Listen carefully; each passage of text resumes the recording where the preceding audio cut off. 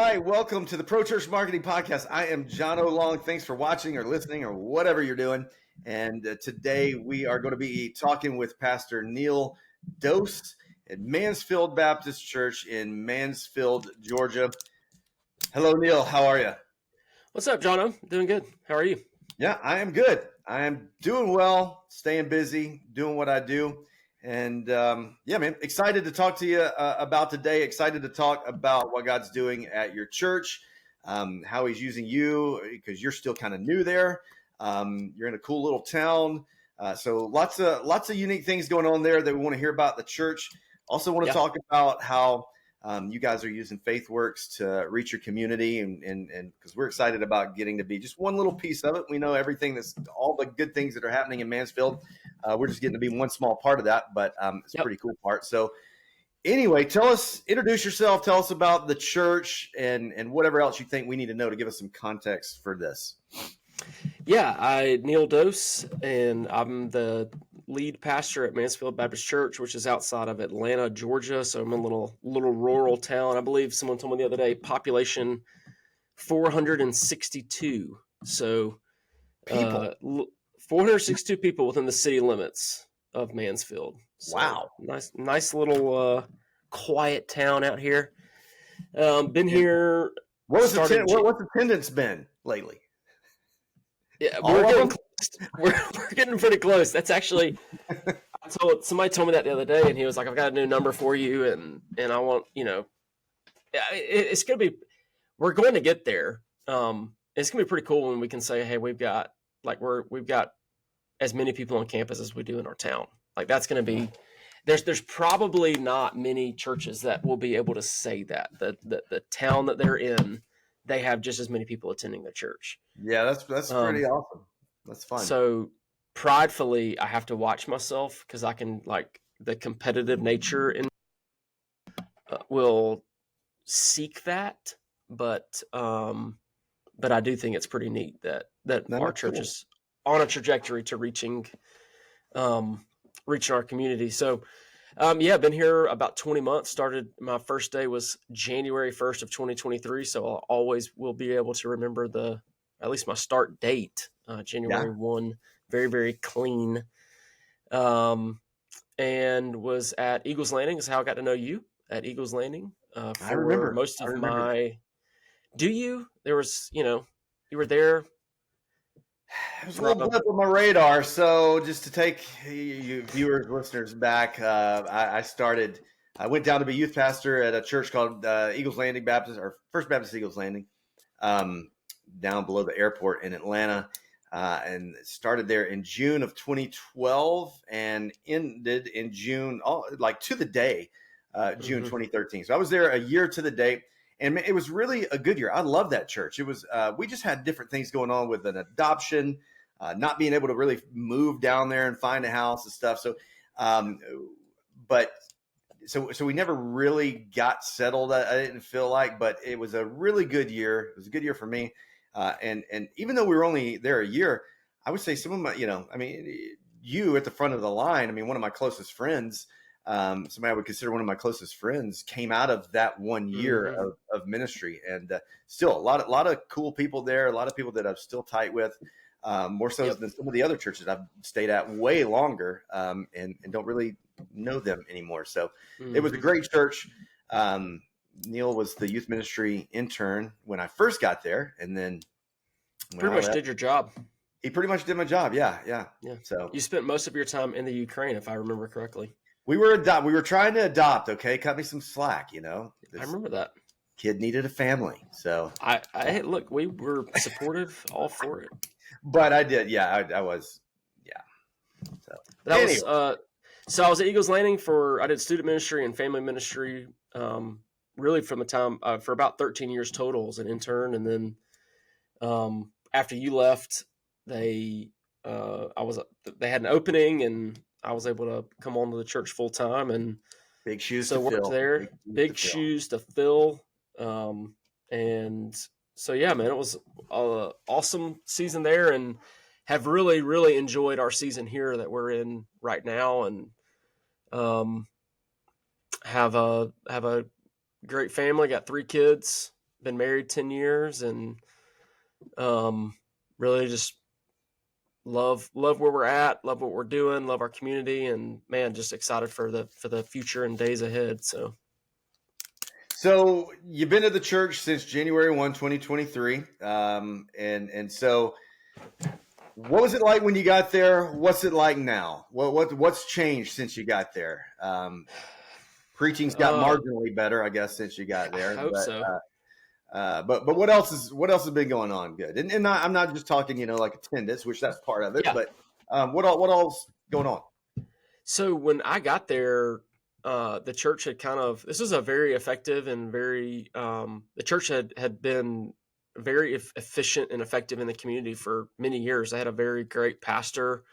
He had been here 25 years and just he stepped into a new season and wound up going to a different church in 2022. And so then, so I'm trying to give you context of the church that we were in, that you had COVID, which destroyed, I mean, COVID was a huge hit for any church.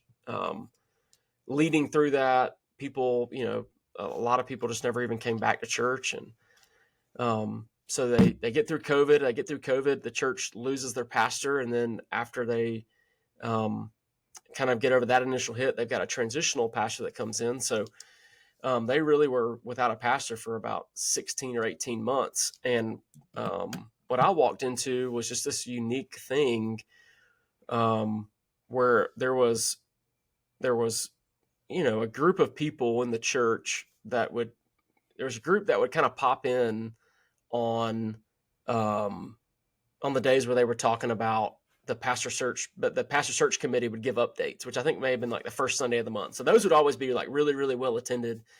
People were wanting to know what was going on, when it was going to happen, all that kind of stuff.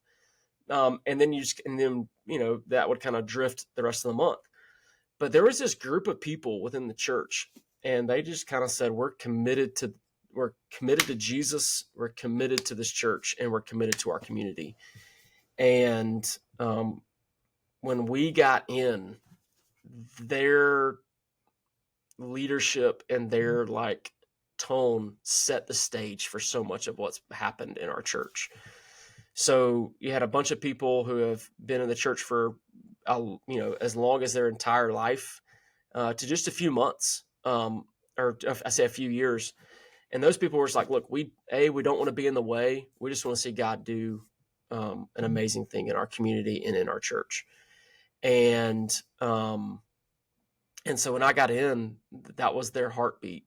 And so it kind of just laid this foundation and framework for love in in the right direction. It wasn't self-seeking or anything like that. So from the moment that people started coming on the first Sunday of January, what I've been told is that there was a total different vibe within the church. It was just a total different atmosphere. And so people come and they feel welcome. They feel like we're very inclusive. People feel welcome and they come back. And so we're not doing anything crazy. It's really weird. My goals as a pastor coming in were, I wanted to get to know people and preach the best sermons that I could. And I'm a decent communicator. I'm 6, 7, maybe. I mean, mid 7. I'm okay with that. At least. I feel like that's pretty generous, So, you mentioned at the beginning, a lot of people have noticed since you got there that just a different vibe, different spirit about the place. Would you call yourself a hero? No, I probably I know what they mean. Dude, when a church has gone that long without somebody, man, one, they're hungry for leadership, right? And they're hungry for the Lord. So now, He's provided them someone. That is just, I'm just picking on you. That's just a good combination for. You were exactly what they needed, exactly what they've been looking for, and God brought you to them and them to you, and man, it's a good fit. And I've been there, and I've seen that, man. Been to a lot of different churches, and you can feel it when you walk in when things are weird, man. Sometimes you feel like you're at a dysfunctional family reunion, man, with a bunch of people that don't like each other. And other times you can tell, man, these people love each other. They're nice. They're talking to me when I'm walking in. A lot of churches think they're friendly and warm and welcoming, and they're just not, just because, not because they're rude, but just because they're comfortable. But I know, like when at Mansfield, man, I mean, it took me forever to get out of there. It took me forever to walk, and that was the first time I'd ever been there. Everybody's trying to talk to you, so yeah. So I mentioned that in the sense of saying, like from the Lord's obviously doing a thing in our church and in our community, which is awesome. We have, I think we're about to baptize 2 people Sunday, and I think I think it'll be like 19 baptisms for the year, something like that, which I think is the most that they've had in probably 10 years, maybe more. I can't remember the last time. I looked at it the other day because I was curious. But the most baptisms we've had in a long time. People are getting saved, young and old. There was a girl that started coming, and she just joined. She's wanting to join the church, goes to the membership class, and we do these interviews. And so we're in the interview, and she's like, "Yeah, I got saved a couple weeks ago, and at the end of service." And so like you have things like that happening. There was another guy that started coming at Easter, and I knew that he was. I don't want to say like I knew that he had a decision to make. Like I want to nail down that I'm a follower of Jesus. So a couple weeks ago in the service, dude just walks down front and says, "I want to be a follower of Christ. I want to surrender my life." So it's really cool when you see young people declare their faith. I get, man, just jazzed when I see grown people, because statistically that's the stuff that doesn't happen. You don't see grown men and women getting baptized. You don't see them making decisions. Statistically, most decisions happen in that childhood to late high school age. Yeah. So we've had some really cool people that have publicly professed faith in Jesus over the last year, and I just praise the Lord for it. So I say all that in the sense of, man, I just think God's doing something. I think a lot of what we stepped into was a lot of fervent prayer and people just saying, I don't want to be in the way of what God may want to do. And that like has just been the biggest blessing to me from a pastoral side, from a leadership side. And so I try to talk about that just because to honor some of those people, and our community's better because of some of their willingness to seek the Lord and to just be obedient to follow him. So I listened to something the other day. I think it was Carey Nieuwhof, and he was talking about, you were asking like, what are some of the things that we're doing? And he was, kind of going back to like, I preach the Bible. We go expositionally, we go verse by verse. And there are far better pastors out there that can do it better than I can. And I listen to some guys and I'm just like, dude, I just wish I could talk for 5 minutes like you do for 45, And so I people, there may be some people who come for my teaching or some people that come for my leadership, but Carey Nieuwhof he's arguing, he's saying, if people are looking for content, they can go find it really, really quickly. Like we live in this age where I can go listen to a sermon on any topic by any pastor and I can get it at any time. And it's the content quality is going to be far better than what we can produce as a church. And he said, but the one thing that you can offer your community, the one thing that you can offer your church or people is community and relationships. And so we've really just kind of gone all in on that. And it's been, I think has played a big part in what's going on. So back to like people just loving one another, we've tried to create some environments that are conducive for that. So every fifth Sunday, so there's like 4 fifth Sundays a year, we do a big church fellowship where we have a meal together. And really just kind of try to throw a party. So, we've had the varsity food truck come in, Waffle Houses come in. We've just kind of done some silly things. We've done, blow ups and slides. but just kind of creating an outlet for people in our church to hang out with one another. And that's been great. We've really gone all in our church. I say all in. We're going all in into the community. So like we support local schools and football teams. We do, or I say athletic programs. We try to be sponsors and try to be present and try to support the coaches and the teams however we can. There's a group in our community called the Miracle League, which is it's a special needs program, and they do baseball in the spring and baseball in the fall. So we have a team. We're the Mansfield Yankees. And so every Saturday in the spring, we had a different small group from our church would go to the game, and they made it a big deal. They would cheer and go crazy. And then they provided a snack for both teams after the game. Cool. Yeah. And so just doing stuff like that has really opened a door on the special needs side in our community. And it's I think a area that, man, just needs attention. There's a lot of families that have kids with special needs, and they feel like they're alone and on an island and they're isolated.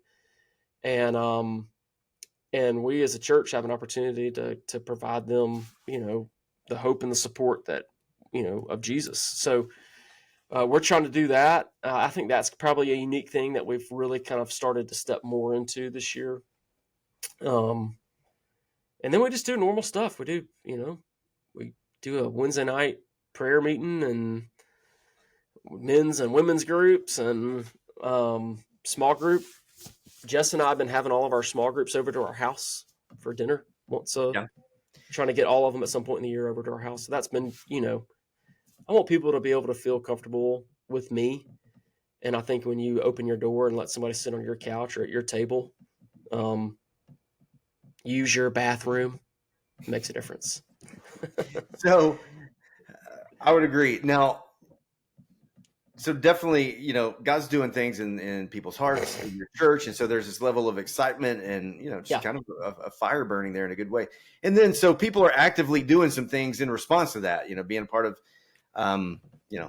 athletic programs and special needs programs and things like that. What, with us, with Faithworks, we're doing some Facebook and Instagram ad campaigns. And one of the reasons I wanted to talk to you is just to hear about that, because I know the past couple of weeks, and this is still kind of new for you guys, but you were talking like you really seen some good results from it. So so tell us, how are the Facebook and Instagram, what we call check out our church ads, where people are planning a visit? How are these ads working for Mansfield? Yeah, so one of the things when we got started here at Mansfield, just trying to make sure that we had an online presence was important. And so that was why, why I called you to figure out, hey, how can we make this work? How can we kind of be strategic? I'm the only full-time pastor on staff. We're about to bring somebody else on.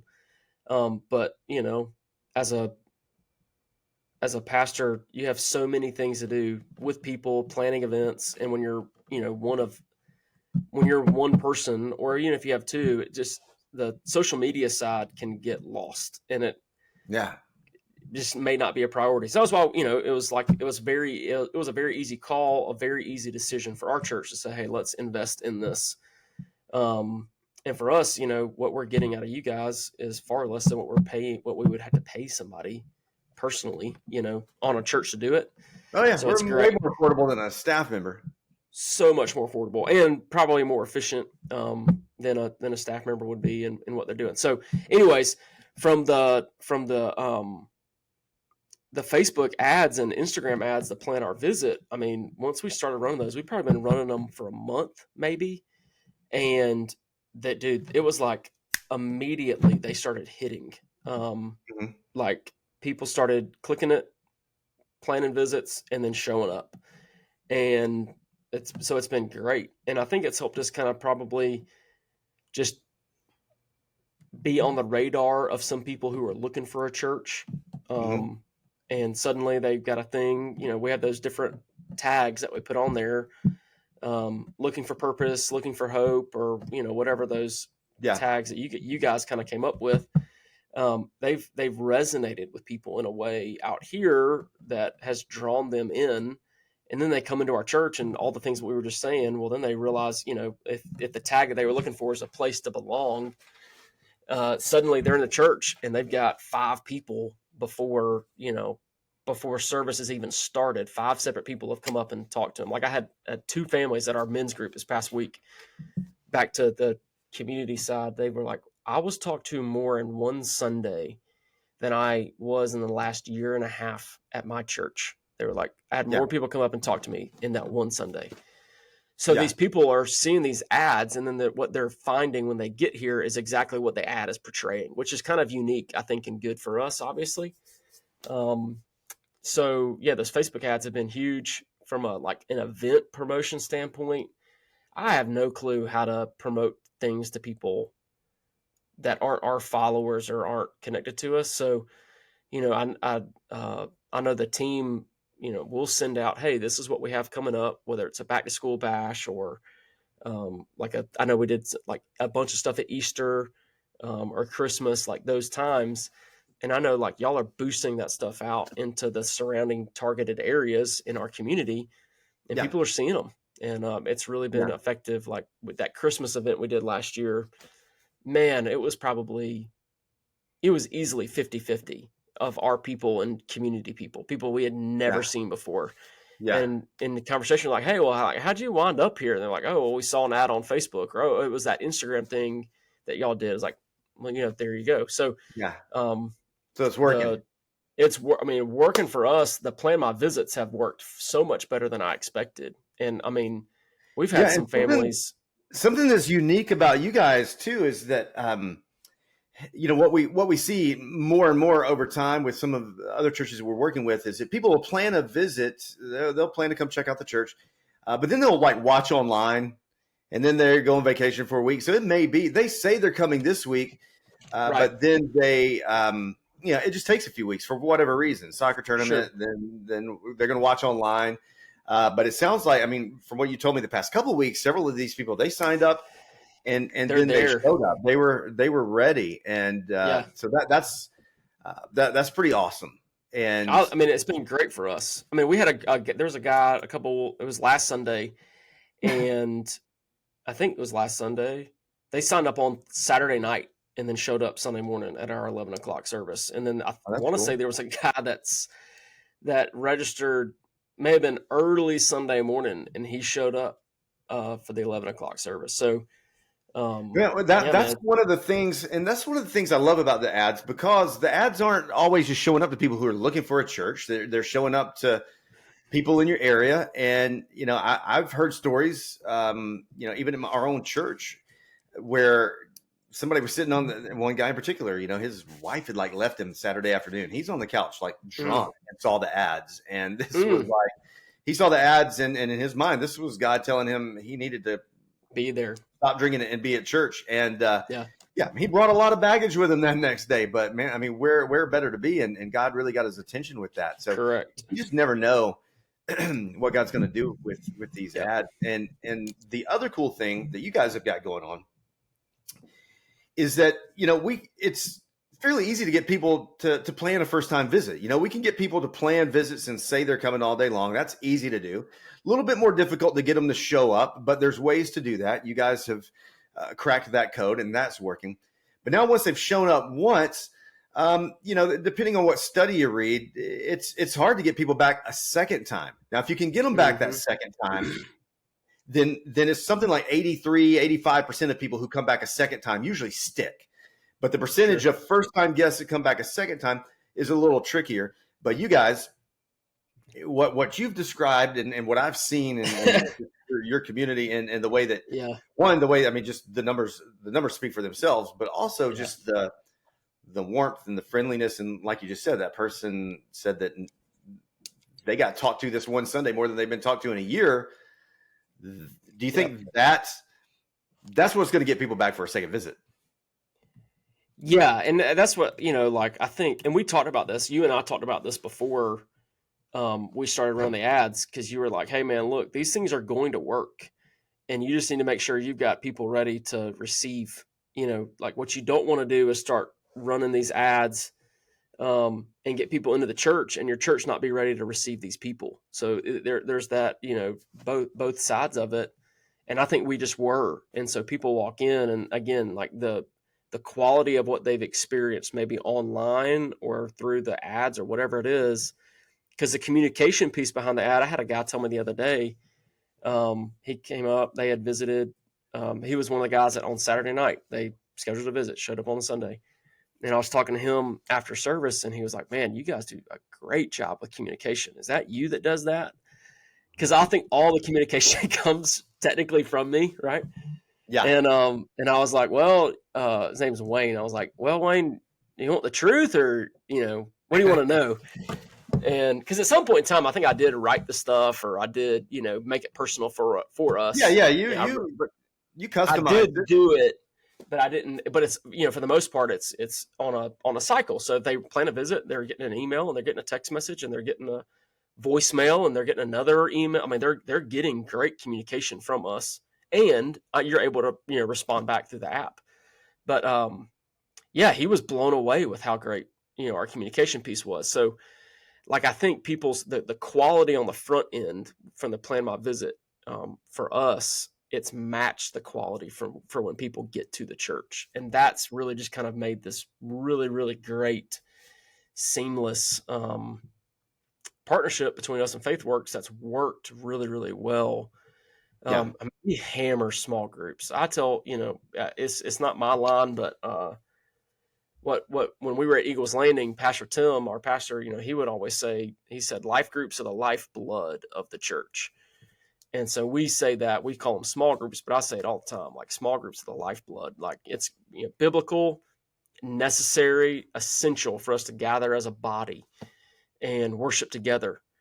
And the early church, they would have done that, and then they would have gone into each other's homes, and they would have broken bread and done all that kind of stuff, life throughout the week together. Well, we just do that in the context. We just go from worship and we go into small groups. So we tell people, like, look, if you want to grow deeper in your walk, it's worshiping together, proclaiming God's word together, all that kind of stuff we're doing is great.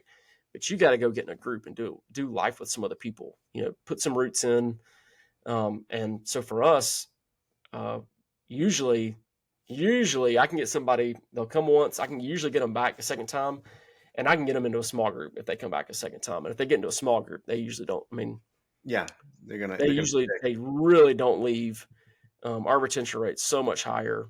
But we've got our retention rate just for people hanging out at church is pretty high too. So if they come, they're usually, if they make it there, people don't leave. So, which is great. Part. And that's what's, that's what is really the perfect match for what we do, whether it be Google ads or Facebook ads or whatever we're doing. Right. When a church has already got some momentum, there's already some excitement, there's already some fire burning in the people's hearts, and just figuratively across the church, things are going on. Man, these ads that we're doing, the work that we're doing is just like spraying gasoline on all of that. And so we're not coming in, a lot of times, like on our Facebook ads, there'll be Christians will say stuff like, no, we just need to preach the word, as though we're trying to replace preaching the word with Facebook ads. And, Jesus doesn't need marketing. The church doesn't need marketing. They just, and the thing is, we're just trying to be one piece of this. We can't be, you can't put all of your eggs in Facebook ads basket, and we've had churches do that with us, and it never works out well. And that usually comes out of desperation, which I get. And we want to help those churches, but usually there's something else kind of underlying there that's causing that to struggle. And so, the best case scenario is there's already some growth, there's already some momentum, and we can come in and be your partner in evangelism, your partner in growth is our goal. Yeah. And there's no doubt there's a lot of churches that are out there right now that have amazing people in their congregation, a loving, church, and they're just, their pastor doesn't know how to do technology, and no one in their church really does, or they don't know the benefits of it, or whatever it is. And what's so great about Faithworks has been for us, I really don't know. I really don't know a lot about it. I know you know a lot about it, and I trust you, and the results have spoken for themselves. So like for us, it's just really, there's people that we would never have reached. I have no doubt we would, I say never have reached. We might not have reached them as quickly as we've reached them without the ads. Like there was a family that, a totally separate family than the ones we're talking about. These are all Facebook families. We've run these for like a month, maybe a little bit more than a month. Mm-hmm. But there's a family, couple, I think yesterday was their third Sunday, maybe the fourth Sunday. I think it was their third Sunday being here. Mm-hmm. There have been 3 consecutive Sundays since they signed up for the ad and showed up. But they did a Facebook ad, walk in the room, and they're like, "Oh, hey, I know you." And then they saw somebody else and like, "You're my childhood best friend." They just didn't know these people went to church here. And they were in this season like where they were just deciding we're going to get back into church.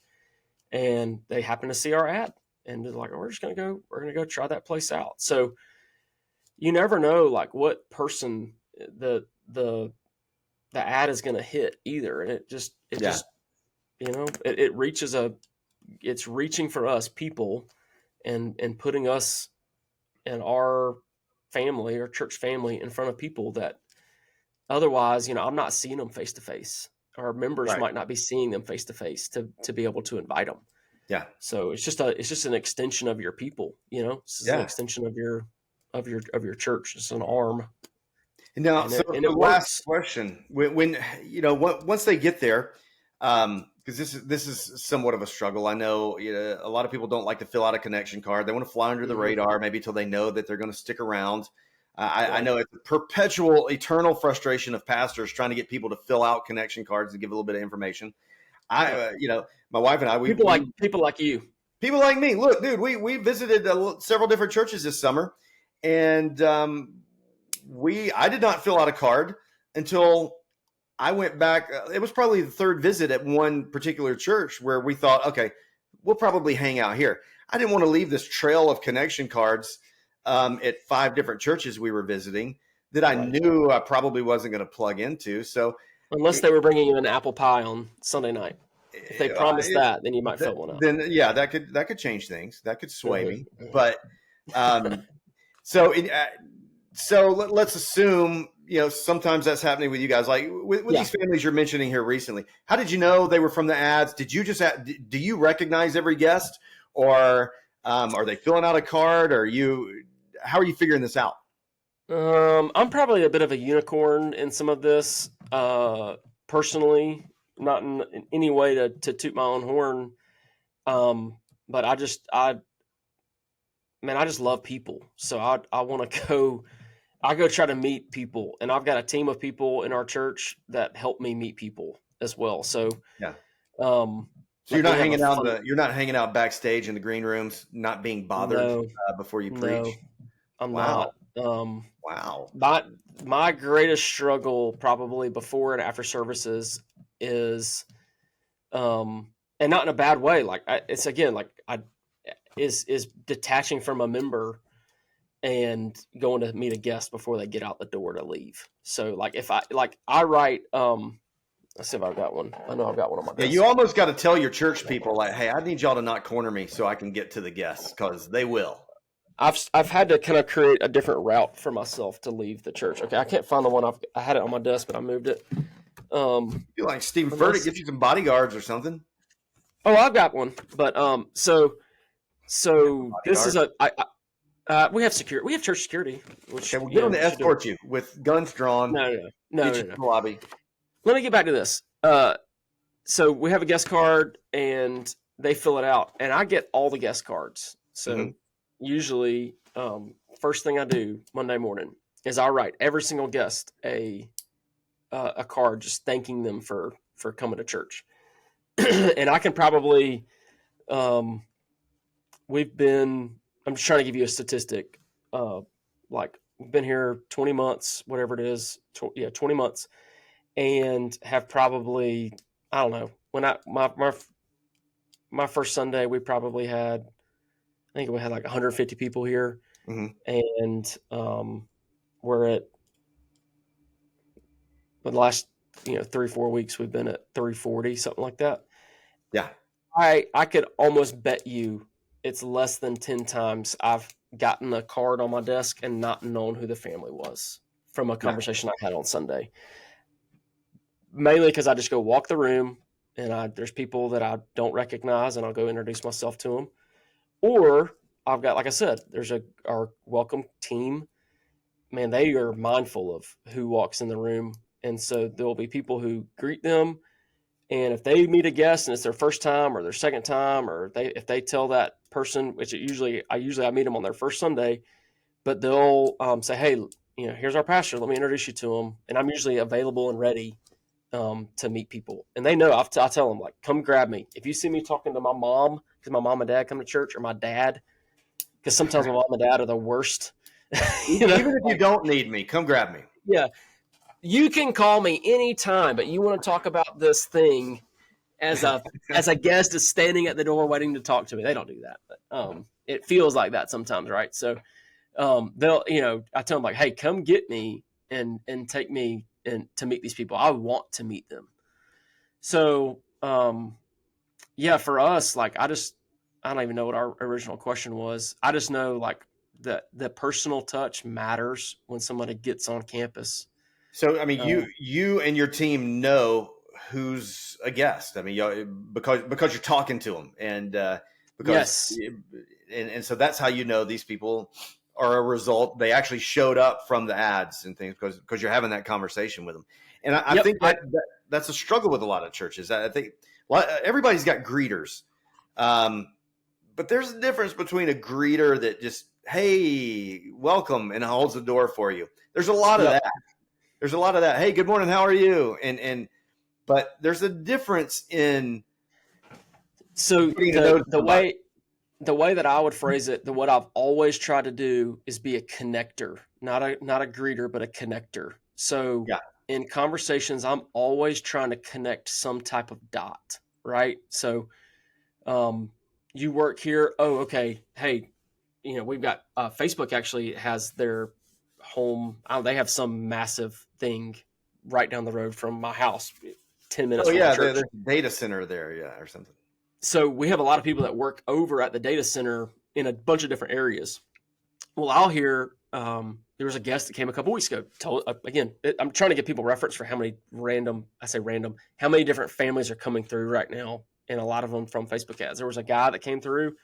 He and his wife, they moved here, and he was interviewing over there. Well, I'm like, where are you interviewing? And he's like, oh, I'm over at Meta. Perfect. Let me introduce you to this guy here because he's at Meta. So I'm trying to make connections with people. That way, when he goes in for his interview or he goes into to work, he sees somebody that is a Mansfield person, or if they're in the community, whatever it is. Or, like there was a person a couple weeks ago, they were like, I'm from South Georgia. Before I moved to McDonough, I'm from South Georgia. She was like, oh, you said you were from so-and-so. So we start talking about that. I'm making a connection with where, her family's at. So, like, we try, like, our team is trying to make connections. Why are you here? How did you get here? Is it your first time? Are you new to the area? Do you know anyone here? Like, we're trying to ask these questions of and figure out, like, what people's story is. Yeah. And man, that makes a huge difference outside of just being a person that goes up and says, hey, how are you? Welcome. You want a welcome team. You want people to feel welcome. But I like to think of it a lot of as a connecting team, because you're trying to help people. Like I said, you're just trying to help people connect the dots and feel like, man, this is a place for me. My people are here, Yeah. So, but that takes, and the reality is you've probably got people like that in your church. If you're a pastor listening to this, or if you're the media director or social media, whatever you want to call it, whatever your title is, communications, you may not be that person. You may not be a freak like I am and just love meeting people and learning names and all that kind of stuff. That may not be your deal. I can promise you somebody in your church, that is their deal. And there's somebody you go to learn about everybody there. Go to that person and say, hey, I need you to help me make connections. I just need you to walk around with me on a Sunday morning and help me make connections with people. And there's a guy that does that, and I hang close to him all the time because he knows everybody. So he can help me figure out where people work, what they do, you know, if they've been to Mansfield before, like, you know, what their family, like I hang around him all the time. And then normally for me, like, just because I'm new in the area, and I'll be able to call him on a Monday or Tuesday and be like, hey, that family we met, he can usually tell me who they are, remind me of their story, which just kind of helps it cement it into my brain for the next time they come through. So, yeah, I that the backside of the Facebook ads is just making sure, man, when people get here, that the goal wasn't just to get them here, you know, because the ads will work. I mean, I'll testify to it. The ads work. They'll get people in the door, but it's when they get in the door, making sure that they've got something, you know. Yeah. The handoff's got to be good, and there's got to be something there for you, because we can get people there, but we're not there. So correct. You've got, you know, we're handing you the ball. You've got to take over from there and do something. Like I gave our connections person, like I gave them last week a piece of paper, said, hey, here's all the people that have said that they are coming today via the Facebook ads. They're this, you know, you're looking for these people at 8:30. You're looking for these people at 11, and you know, just super helpful that she knows, like, all right, there are people, and it helps your team. There are people who are planning to come to church today here that have never been before, you know? Yeah. So, like, let's be aware, let's be ready.